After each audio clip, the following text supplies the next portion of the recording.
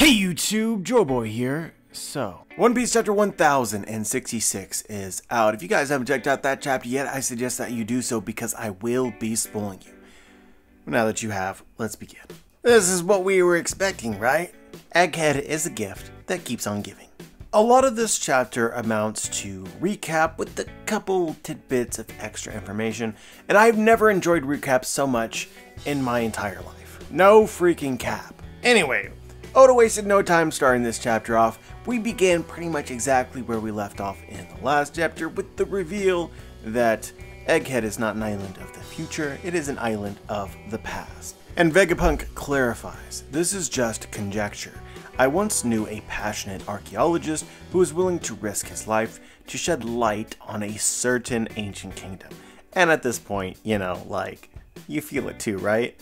Heart quickens. Not only that, but a certain site, machinery was excavated that dated back to the same era as the kingdom. We'll come back to this in just a moment, but you guys read the chapter, you know the reveals here. The person that VEGAPUNK knew was Clover. Seeing young Clover in this chapter was just straight up awesome. For some reason, it never occurred to me to question Clover's backstory. I just assumed he'd always been a scholar, you know, just sitting in a room, a library somewhere, obtaining information. I know, like, I did suspect more than that, but not for Clover, for whatever reason. But with this backstory for Clover, I couldn't help but be reminded of Noland. And it's just another thing which makes you think that the line between general explorer, adventurer, and pirate in One Piece, there's not too much difference. Traveling the Grand Line as a pirate or as an explorer archaeologist, I assume the prerequisites are about the same. You gotta be a badass. As we're following Luffy and crew, if they didn't decide to label themselves as pirates, put up a pirate flag, right? And if they didn't constantly have to beat up bad people for messing with their friends, right? They're explorers, they're adventurers. We're basically led to believe that before Ohara was destroyed, any of that, Clover met VEGAPUNK, or VEGAPUNK met Clover. And at this time, Clover already knew about the Ancient Kingdom.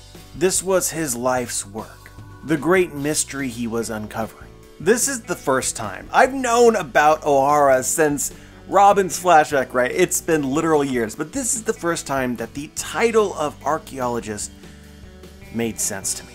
I believe that Clover dug up the vast majority of his discoveries. You know, like archaeology. But the centerpiece of all of this were relics related to the Ancient Kingdom, which they were able to date to the Void Century.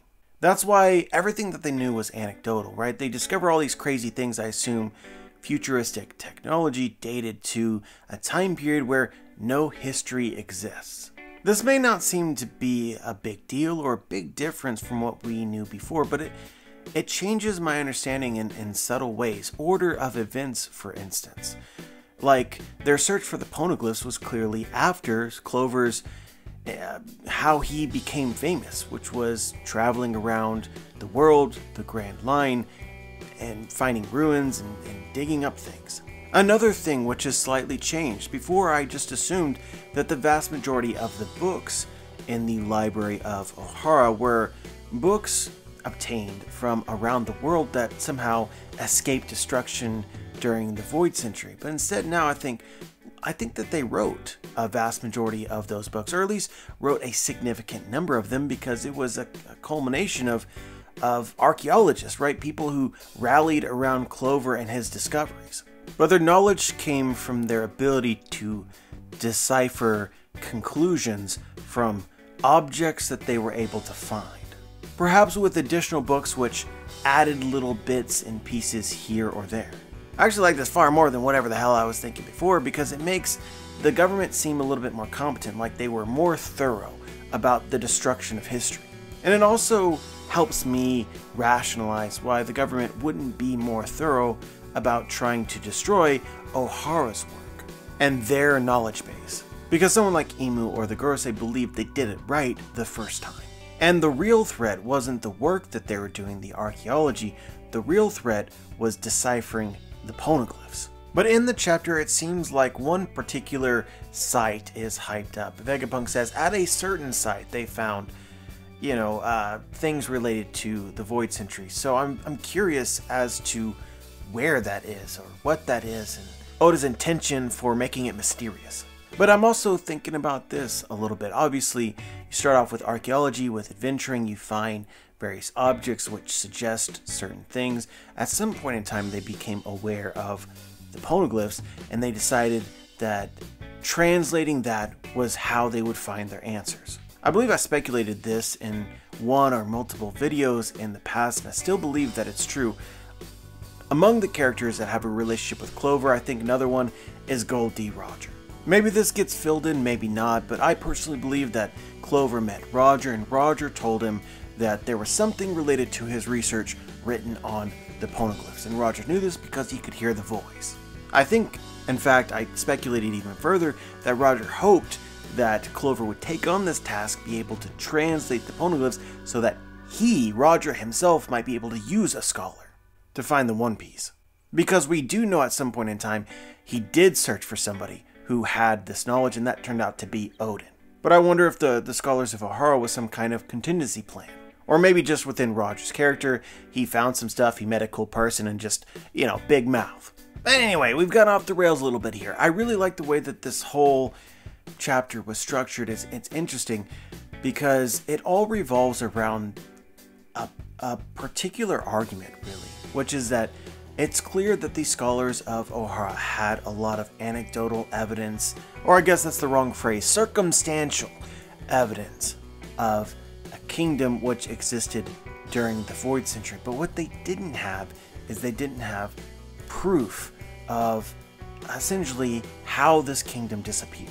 Clover spells out this same argument back during Robin's flashback, which is that they know that this kingdom disappeared and it stretched the world and it was just crazy and powerful, clearly, because of the technology that they discovered.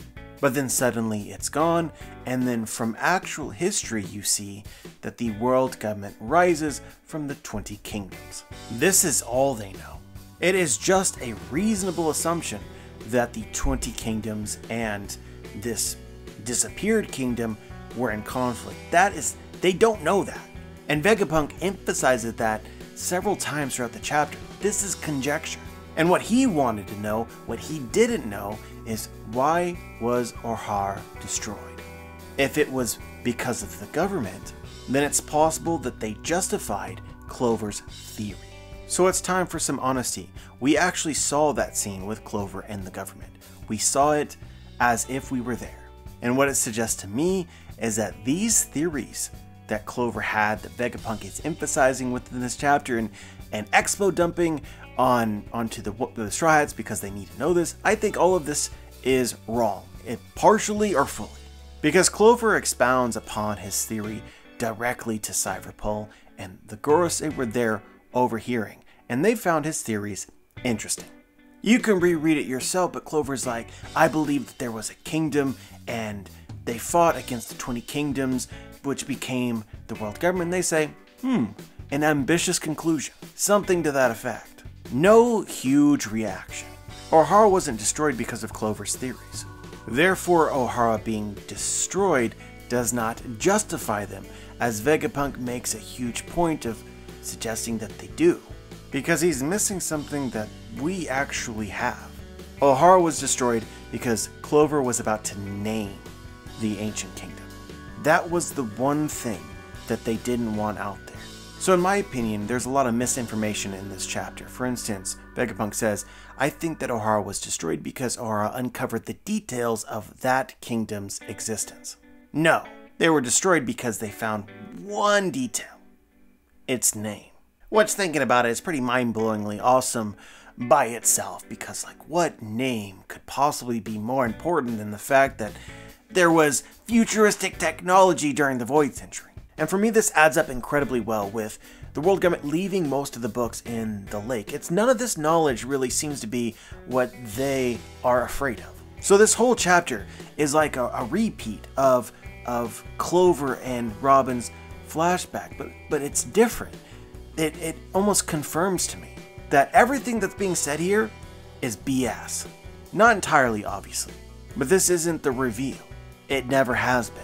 So just bear this in mind. I assume that a lot of people, a lot of readers, a lot of reviewers are going to take all of this as like canon fact and feel like it's justifiable to do so because this is all that we know. But with how often Clover refers to these conclusions, Vegapunk as well, these conclusions as conjecture, it guarantees that this is in fact not the truth, or not the thing that was intended to be hidden.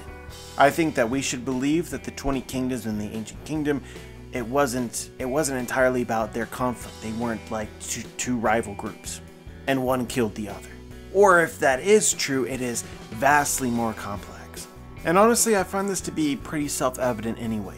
I'm a big believer in ideas that history is repeating. Within the One Piece world, history is repeating. So you can think of 20 kingdoms as being 20 nations in the current One Piece world. We're about to relive the events of the Void Century through Luffy. Are 20 nations really important in any respect to anything? Or did they merely pick up the pieces after the apocalypse? I don't really want to go into detail here, but I hope that you guys can understand generally what I'm talking about, and it doesn't feel like reaching or that I'm trying to think too much about this, because to me, this feels like what we should be thinking. The natural thing to do after a chapter like this is go back and read the prior one and figure out, like what doesn't add up. We definitely have some very weird, almost genius levels of confirmation bias. Essentially, Oda's walking us down the wrong pathway of logic by excluding the key point.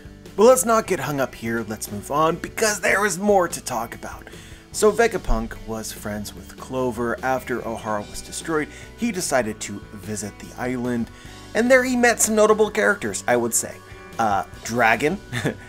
Important, we get a conversation between Vegapunk and Dragon. Significant things are revealed, and then we also see that the Giants of Elbaf are there as well, excavating or retrieving the books that the Harn saved in the lake, and it's pretty much revealed. Yeah, it's revealed. Okay, Saul is there, alive and in bandages, and they took those books back to Elbaf, where Vegapunk was able to read them.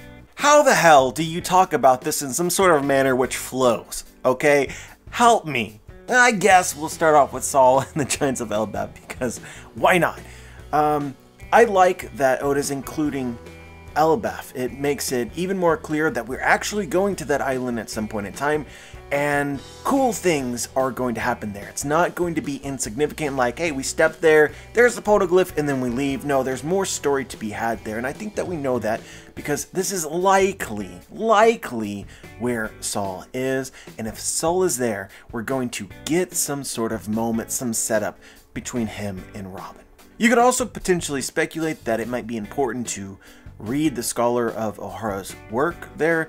I don't know. I don't know. I think that Robin pretty much knows everything that they saved, so it seems more about Saul himself. But if I'm wrong here, the way that I can imagine being wrong is the importance of the will of Ohara surviving, and Vegapunk frames this in a similar way as well, is continuing the research of the scholars. This is another new thought, just really subtle, profound differences, but I don't think that what the scholars were working on is actually laid out in the poneglyphs. So maybe there is value for archaeology as a profession, essentially, to continue to exist and be able to build off of the lifelong discoveries of Clover and the others. Robin's going to get there, and she's actually going to discover something new. This is a popular speculation. I've seen it a million times already, and I am totally on board with this. You guys ready? The man marked by flames is Jaguar D. Saul.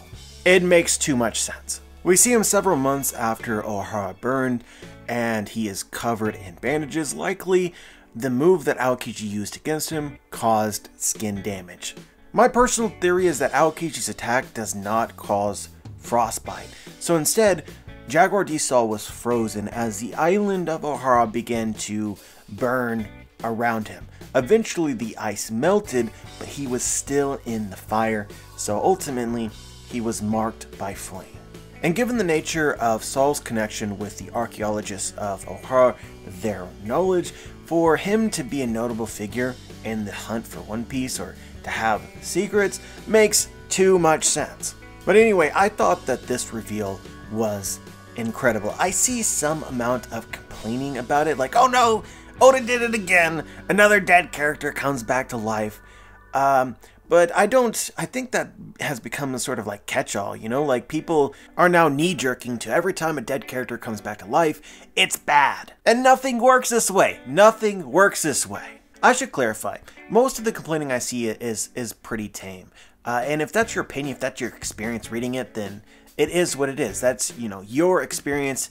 Nobody can tell you what that was. But that was certainly not my experience, and I don't think that there's any objective reason for it to have to be that it was bad. Look, nothing about Robin's past has changed. She lost her entire village, all of her friends and family. She had to survive in the world on her own. Nothing about her backstory is any less sad because Saul is alive.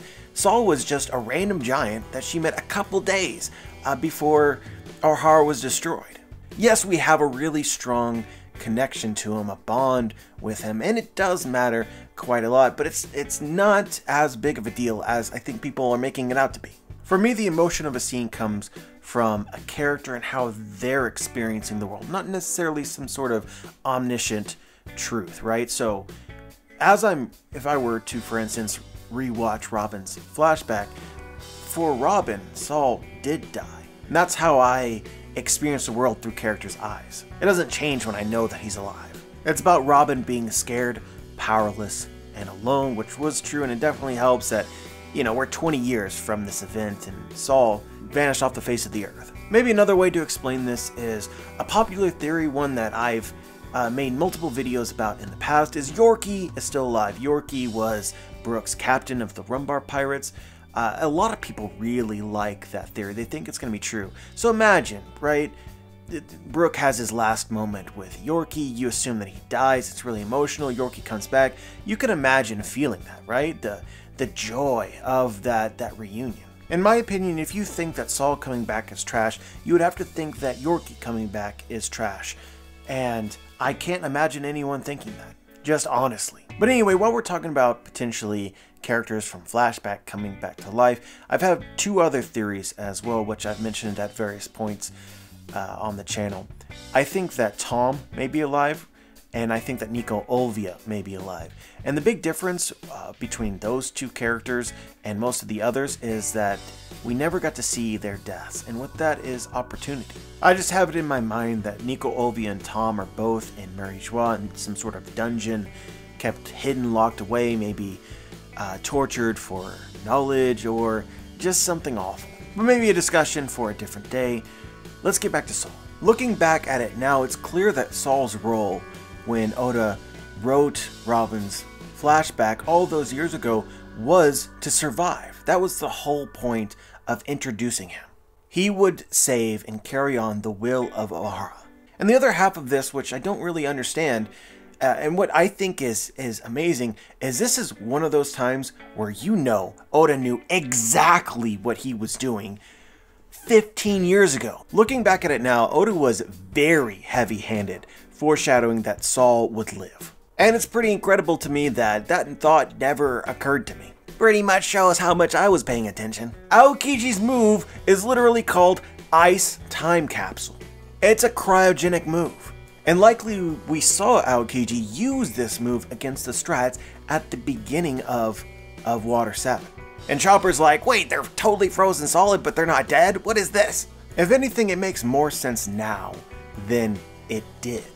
I love that Oda wrote Aokiji in this way. Saul was his friend, right? And I think you could be like, look, what is the government to you? You're gonna kill your friend because of something that you clearly don't believe in, and then he let Robin go after that. It just seemed foot half in, half out. Why would you save Robin, but then kill your actual friend? But no, Aokiji knew what he was doing. He literally spared him, but made it look like he didn't. This is another thing which slightly changes how I perceived the story from before, in a good way. I see Aokiji differently. I'm more hyped up now about what exactly Aokiji has been doing, not just recently, since he left the world government and allied with Blackbeard, but for the 20 years since Ohara was destroyed. What has Aokiji been doing? Now that door is open. I'll be quite honest with you, after Aokiji lost against Akainu to become Fleet Admiral, I kind of assumed that becoming a pirate or an underground member was more of like a decision out of necessity, kind of spur of the moment, like screw it. The government is screwed now that Akainu is in control and I can't be a part of it. But no, I see it differently now. I see it as Aokiji was always a malcontent. And the whole plan was for him to become Fleet Admiral. But once he was unable to do that, there were other places that needed his attention. Other places he needed to go.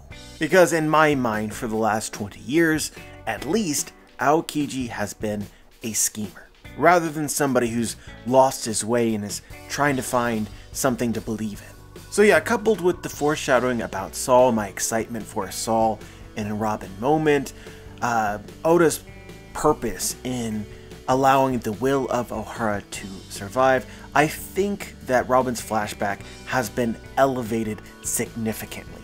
That's how I feel. And then there's Dragon.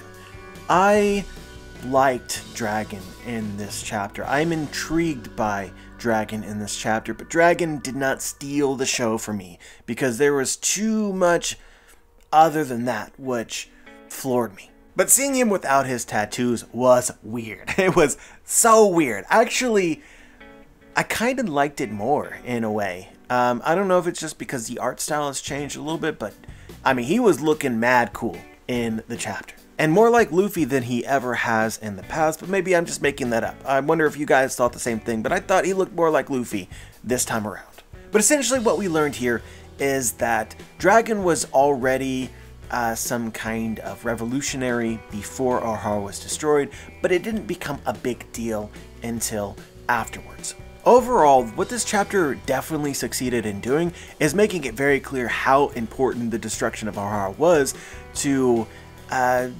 changing the movement of the world of One Piece and the various factions within it. It was an important event, even more than just, Robin's story. It had fallout. I would say the thing which caught my attention most was almost a throwaway line, a reveal that in the past Dragon wasn't a fan of war. It's interesting, it's new, it probably says something about his backstory, but I don't know. Seriously, how is Oda going to incorporate this? How is he going to explain it? I assume that there's a reason. Something happened in his life which made him despise war.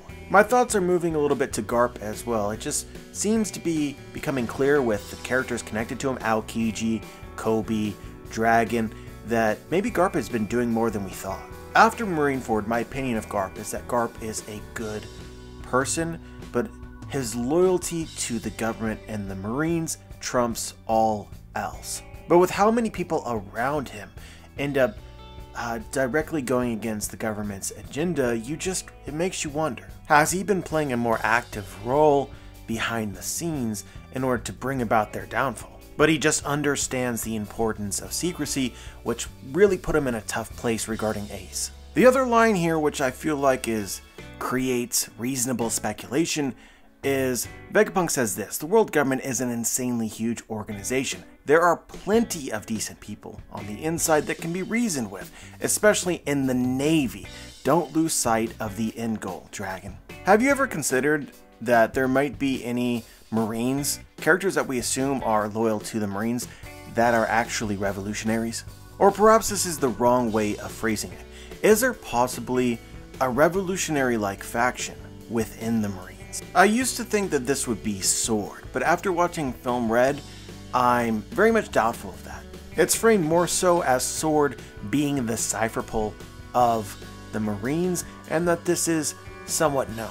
But it's clear enough that there's other important people that might have the same interests as Vegapunk and as Dragon. Or is Vegapunk more so cautioning Dragon not to be too aggressive against the government, because there would be people that would be sympathetic to their cause if they're patient? But it appears as if Dragon was not. Isn't that the vibe that you get from Dragon's section of this chapter as well, almost like a little kid who sees something that he cannot tolerate, and there's no great plan or great vision here. It's simply, we have to do something now. I cannot stop and watch this any longer, as opposed to something more refined. But anyway, obviously what's being alluded to here in the undertones is Kuma. Dragon was upset that VEGAPUNK associated with the Marines, and he was like, hold on man, it's not as bad as it seems. It might be useful to have people, your friends, within these organizations. And we know that later Kuma, one of the original members of the revolutionaries, was forced to join the world government, became VEGAPUNK's test subject, and I think this chapter all but confirms that VEGAPUNK's been doing something. There is a reason that Kuma agreed to lose his self, and it's likely that that is going to be able to be returned, and it's likely that the Pacifista are probably not going to be loyal to the world government forever. And while he might not actually be a revolutionary, it will be for the same cause. Anyway, I've liked the theory for a long time that the world government splits. There's some fracturing that occurs as some things that the Celestial Dragon and Cyberpole have been doing gets revealed. I think that you can take VEGAPUNK's conversation here as sort of alluding to the fact that overall the Marines are the good guys. So when they inevitably find out that islands are literally being erased under Imu and the Gorosei's watch, they're not going to stand for that. But then we continue with VEGAPUNK for the rest of the chapter. I think right now we should be wondering if VEGAPUNK is of a unique race or has a devil fruit ability. This has been a popular theory for 10 years, if not longer. I think it was popularized by Alpha Too Late, but the Longhead tribe. That was the theory about VEGAPUNK forever, and it was maybe confirmed in this chapter. At the same time, there's some interesting nuance to it which kind of has me in doubt a little bit. But if you don't know, Longhead tribe, it's not an actual tribe that exists in One Piece, but it's one that's been speculated because in a Nell's cover story we see the space aliens, and they have a Jolly Roger skull and crossbones, but with a very long head. And there are certain characters throughout the series that also display the same sort of attribute.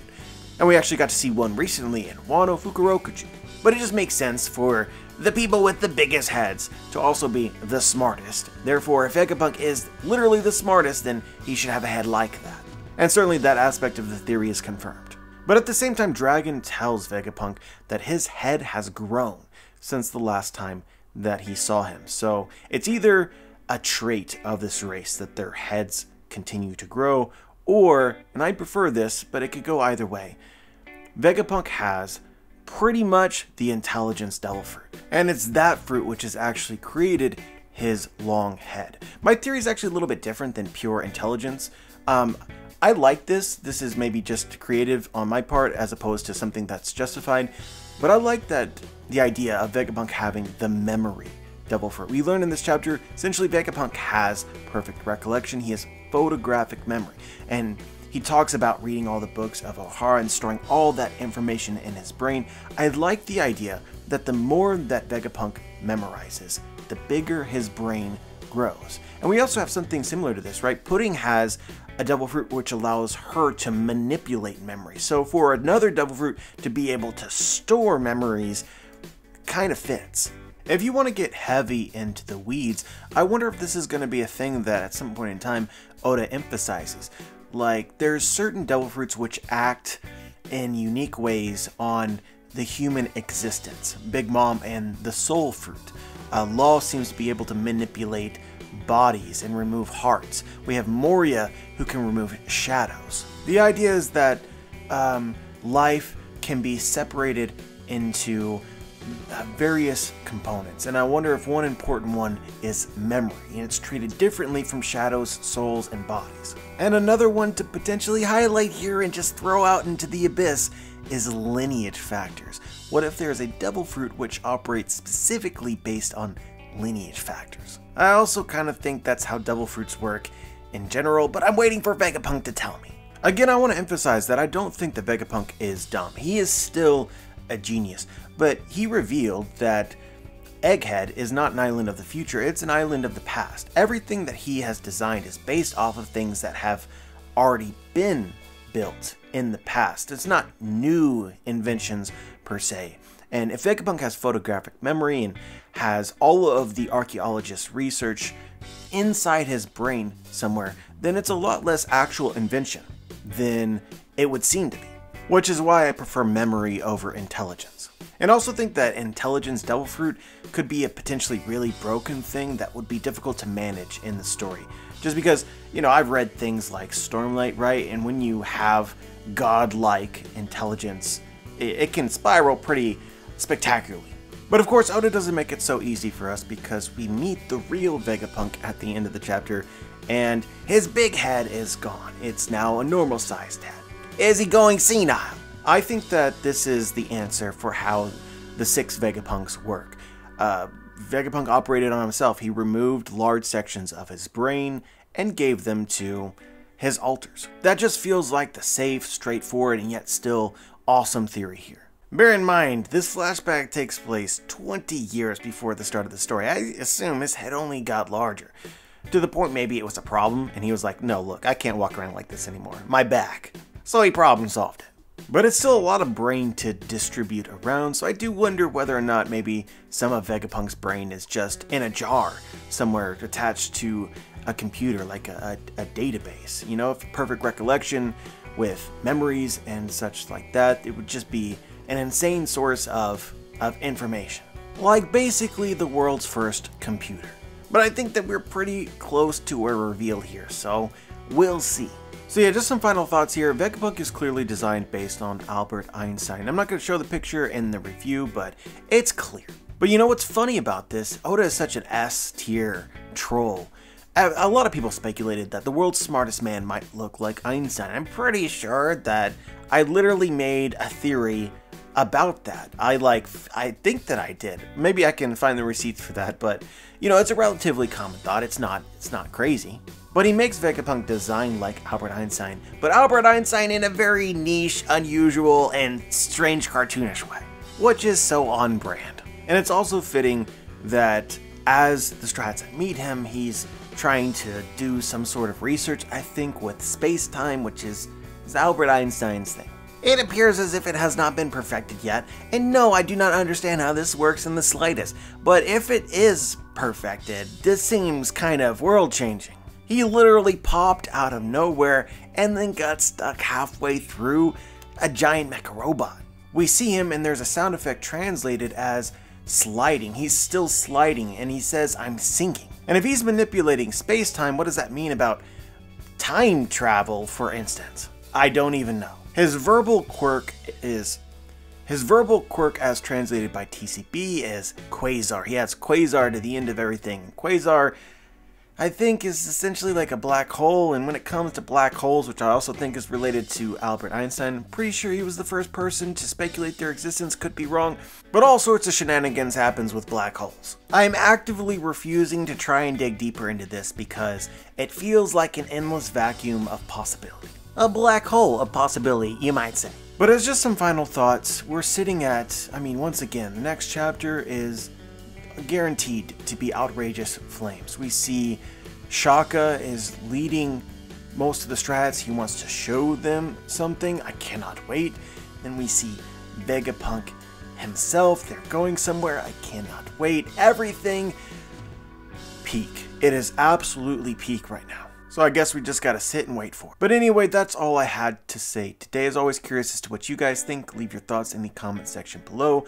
My book, The Booms, has been released. There are links in the description if you guys want to check that out. And if you do and you read it, please leave a review.